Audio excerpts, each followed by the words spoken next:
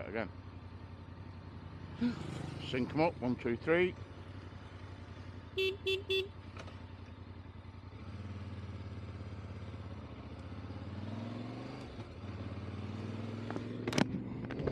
And welcome back to the channel, ladies and gentlemen. Welcome back to Ride With Us too. Today we're out on the Voge DS625 for a test drive. This bike belongs to the lovely wife, so as such it's not a proper test drive, but she knows I'm on it.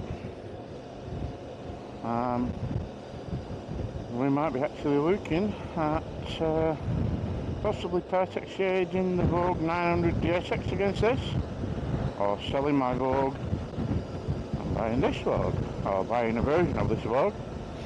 I don't know what you guys think. I shall put some pictures up later on when I find somewhere nice to stop and park up for a while, do a little video, take some pictures. The wife decided she loved the Desert X, so that's what she bought. She bought the bike in Desert X, which I think is really a nice colour, very unusual but very nice. They only do it in 2 colours at the minute for some reason, Vogue. They do it in the Black Knight version, although I suppose black is, you know, a good colour and very popular with most people. Not really to my taste. I don't actually like the totally blacked out look that they've done. I suppose you could call it a triple black because they've done some carbon effect on the tank and the side panels and the fairing at the front of stuff of the bike, which I'm not actually very keen on the actual carbon effect that they've done. It looks like they've cheaped out on it a little bit. Lots of gold on there on the black one as well, which I'm also not too keen on. And I've had a look and I don't think I can get that lot off. If they'd have done a silver or a white colour, that would have been my preferred choice. I like light coloured bikes, they're easier to see, they stay cool in this hot climate that we've got here in the UK. Joke. But yeah, it looks like I might end up getting a Desert X if I decide to plump for one of these over the Vogue 900.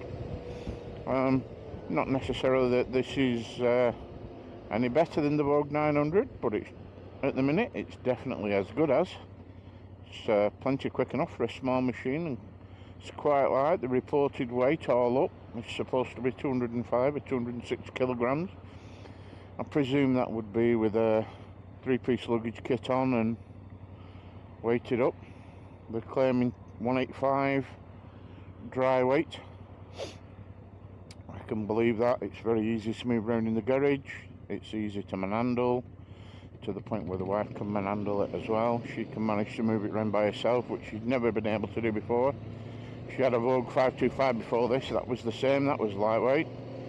But she did struggle with the SV650 and the V-Strom. And she upgraded to the Tiger 900, which I think was a bad move, to be honest with you. And that really got the better of her, which is what made her move to the Vogue 525. We do ride in a local group, we do quite often ride in group. The guy in front's nothing to do with me, by the way, just a random stranger I bumped into.